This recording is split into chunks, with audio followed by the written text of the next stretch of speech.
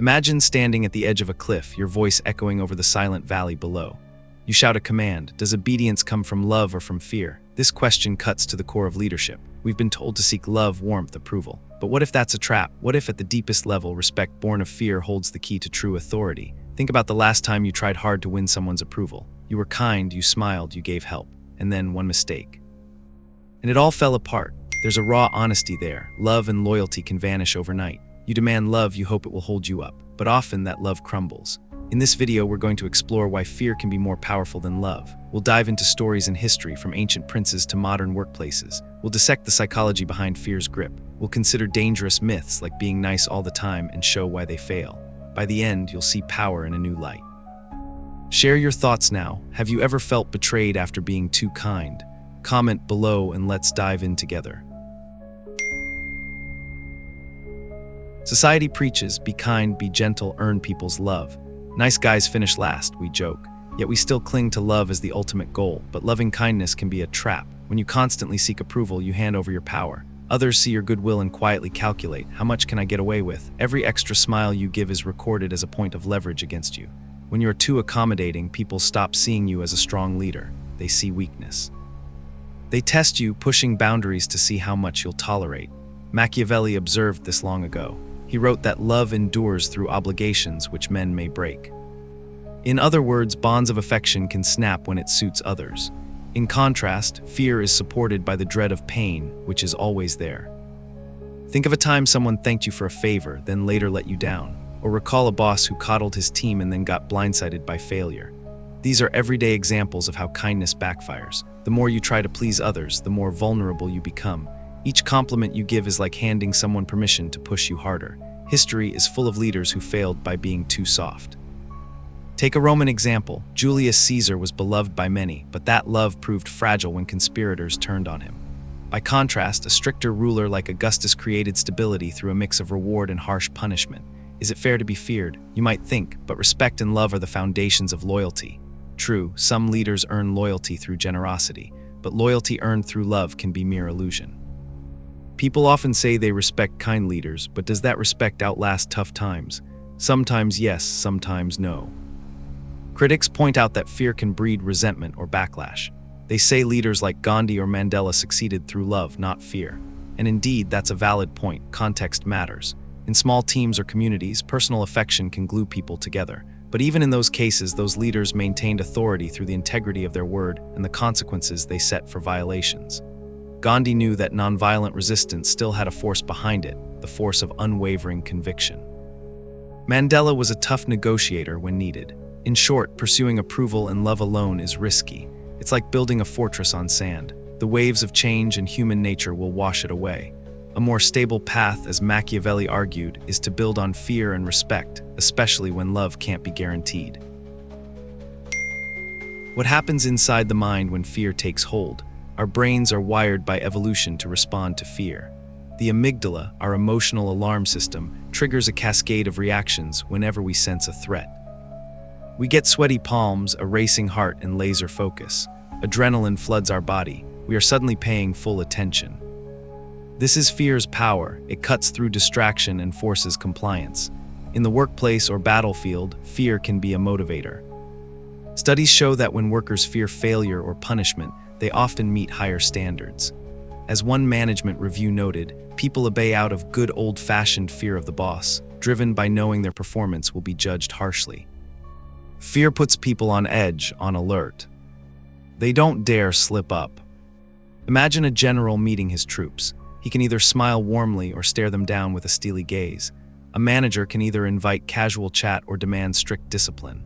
The ones who use fear often see immediate results. Attention spikes, questions fade, focus sharpens. But fear is a double-edged sword. Too much terror and people break, but a moderate, calculated fear can be a powerful tool. Machiavelli advised leaders to appear both rational and ruthless. Show that disobedience has consequences.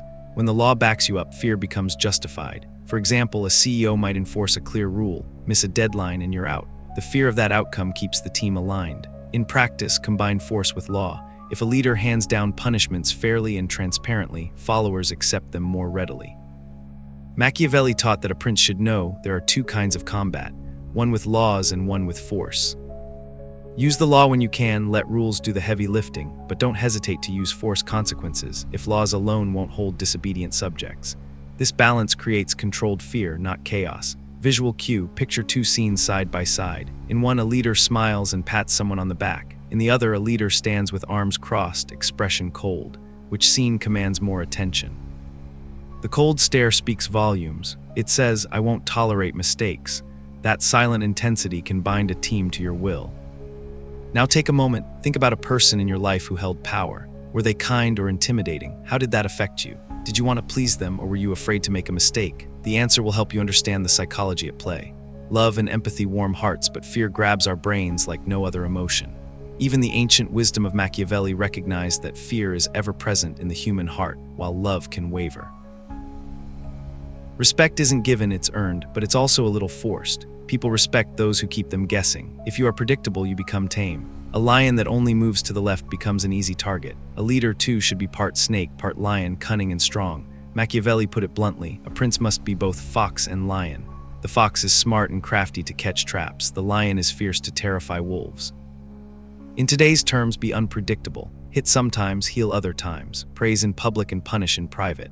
Let them know you have a soft side only on your terms. For example, consider a team leader. If you only ever smile and joke, the team might relax too much and slack off. If you only yell and punish, people will resent you. The trick is to vary your style. Hold everyone to standards they never know you might enforce. This unpredictability keeps them always on edge.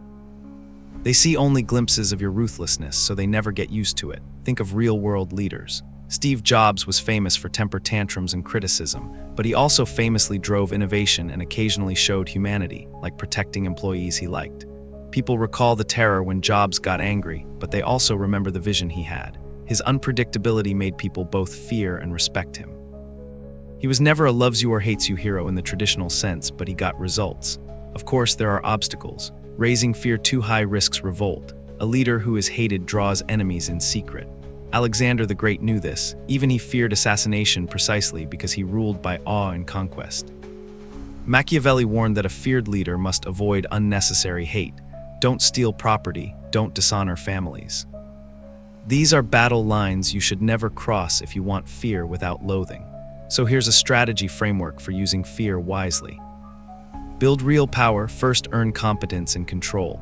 People fear competence. If they see you're strong and capable, they'll assume your wrath is real.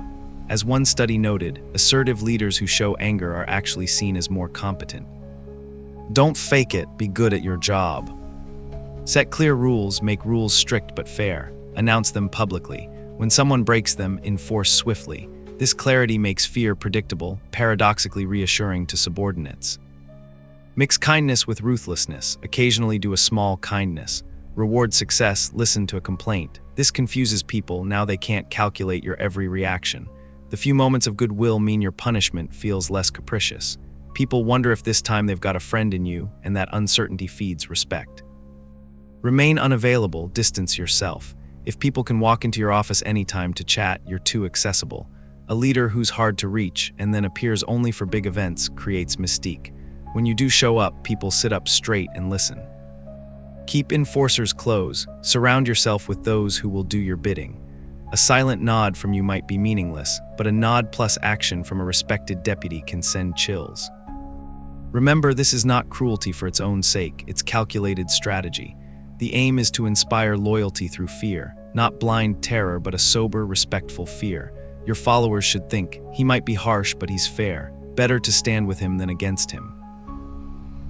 In our era of social media and soft talk, the idea of ruling with an iron fist sounds harsh. Yet society still craves strong leadership when uncertainty strikes. Think of world events. In crises, even democracies pivot to powerful figures who promise order. People may demand empathy, but deep down they also yearn for authority that commands respect.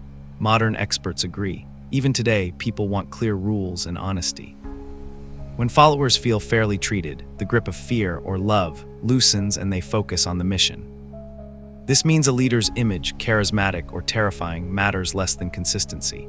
You must be steady. Emotional intelligence plays into this. The wise leader reads the room, know when anger will achieve results and when warmth might. Use empathy to calibrate fear. This isn't weakness, it's skill. Consider a political leader, using fear to unify citizens during war, then showing compassion to rebuild afterwards. That is emotional intelligence at play. Long-term lessons for leaders of tomorrow. Balance is vital. Pure terror rules short or breeds chaos when cracks appear. Pure love rules not at all when danger comes. Mix them. Stay unpredictable but principle-driven. Let people wonder if you'll punish them, but make sure they know why. Your unpredictability should never violate a principle like fairness. Otherwise, fear turns into panic or hatred. Build a legacy of strength. Plant seeds that grow into lasting institutions. Napoleon's dream of equality was grounded in fear of chaos. He built codes and schools to justify his rule. He used fear to unify, then cemented that unity with law, the Napoleonic Code. Study history and theory. Read Machiavelli's The Prince, yes, but also modern leadership studies.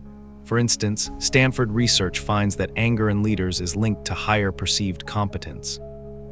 These data-backed facts underscore our theme. People instinctively respect power. For those striving to lead, imagine you're playing chess, not checkers. Every move is strategic. The king must sometimes sacrifice a pawn to win the game. Use the frameworks of psychological insight and historical example as your strategy guide. Recommended further exploration. Check out works on power dynamics and psychology. Machiavelli is a start, but also read up on organizational behavior, military leadership, and even game theory. These can sharpen your toolkit for wielding fear wisely. We've peeled back the veneer on a brutal truth. Love in leadership is fragile, fear endures. Constant kindness may win friends, but fear forges respect. We saw how chasing approval can leave you exposed, and how fear of real consequences keeps people in line. History and science both point out that fear makes followers obey. Love alone cannot guarantee loyalty. Remember Machiavelli's own admonition: be loved and feared if you can, but if forced to choose, fear is more reliable. We also saw the modern twist: stay fair, don't become hated. Lead with an iron fist wrapped in a velvet glove. Alternate the carrot and the stick in a way that keeps everyone on their toes. The journey of power is not for the faint-hearted. It demands resolve, self-awareness, and sometimes cold calculation. But if you want influence that lasts, to truly command rather than merely ask, the path of fear tempered with justice is often sharper and surer than the path of love. So I ask you, will you play the part of the gentle friend or the feared authority? In the end, which will leave a longer legacy? Let me know your thoughts below. And remember, the world does not care how much you are loved. It only takes note of how much it fears your might. What's your take? Is it better to be feared or loved? Comment, like, and share. Stay powerful, and I'll see you in the next video.